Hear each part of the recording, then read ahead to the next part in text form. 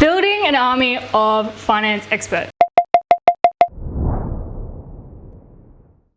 So I think when a lot of people start out or they've already started their investing journey, people get stuck thinking that they are stuck with finance, or that they think that their situation is too complicated, or that they're the exception to some bigger rule here. But I think the key thing there is to make sure that you're building a team of finance experts and that you're not getting stuck in your own excuses about why something might not work for you. So the key places to start there, number one is an investment savvy mortgage broker. So personally, when I was starting out, when I was looking to make my first purchase, I went straight to our family's mortgage broker, which, lovely guy, did all the right things, but he set my strategy up in a way that was as though it was my home and not necessarily taking into account the whole portfolio plan. It's a very different strategy to go to a primary residence style of broker versus someone who can really pick apart your strategy and help to see the path ahead, play it as a game of chess rather than a game of checkers, if that makes sense.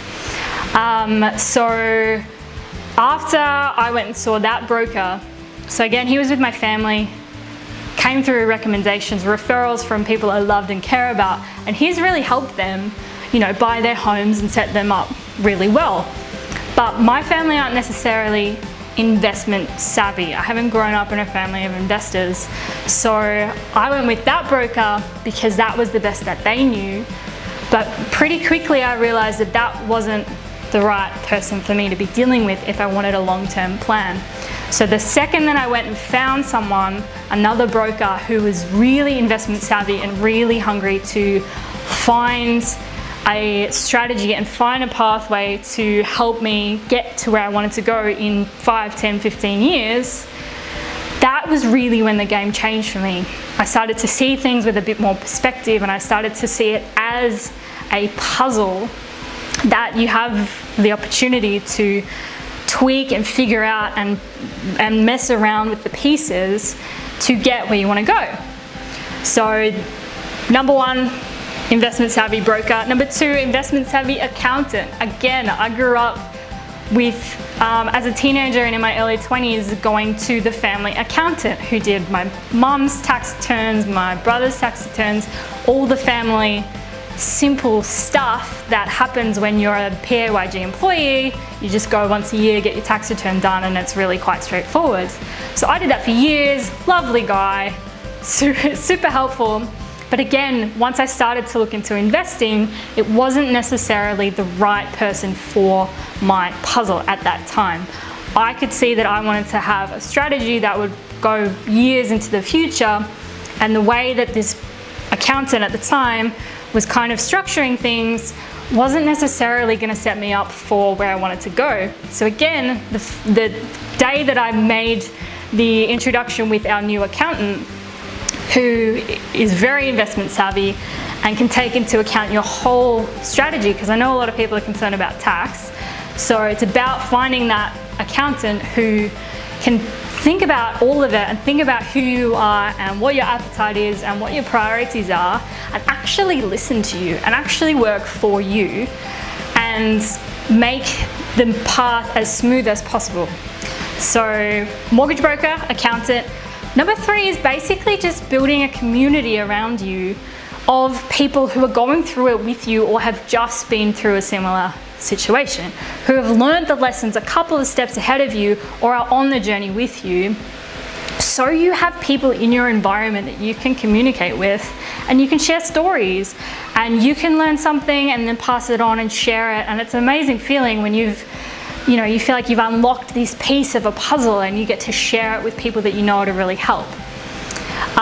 So again, I think that's where most people go wrong, is they think, I'm going to take my situation and I'm going to go and speak to my current environment, my current community, and my current, family and friends, and try and explain this different concept and this different goal that you're trying to achieve that might be way out of what they're capable of perceiving. Take that strategy to your existing community, your family, your friends, your community, and you take it a concept that they may not have even heard of, or they may not be able to conceive because they haven't really done the research and they haven't done the work that you've done.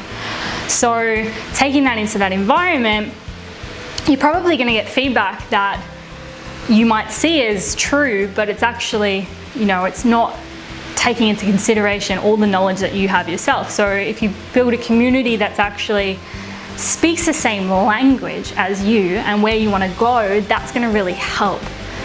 So I think having an investment savvy mortgage broker is absolutely crucial. Having an investment savvy accountant, also very crucial, and making sure that the environment around you and the people that you can communicate with are really supporting you in the person that you're trying to become and the wealth that you're trying to build, and they're giving you genuine, encouraging advice on where you want to go, particularly because we never know what's around the corner.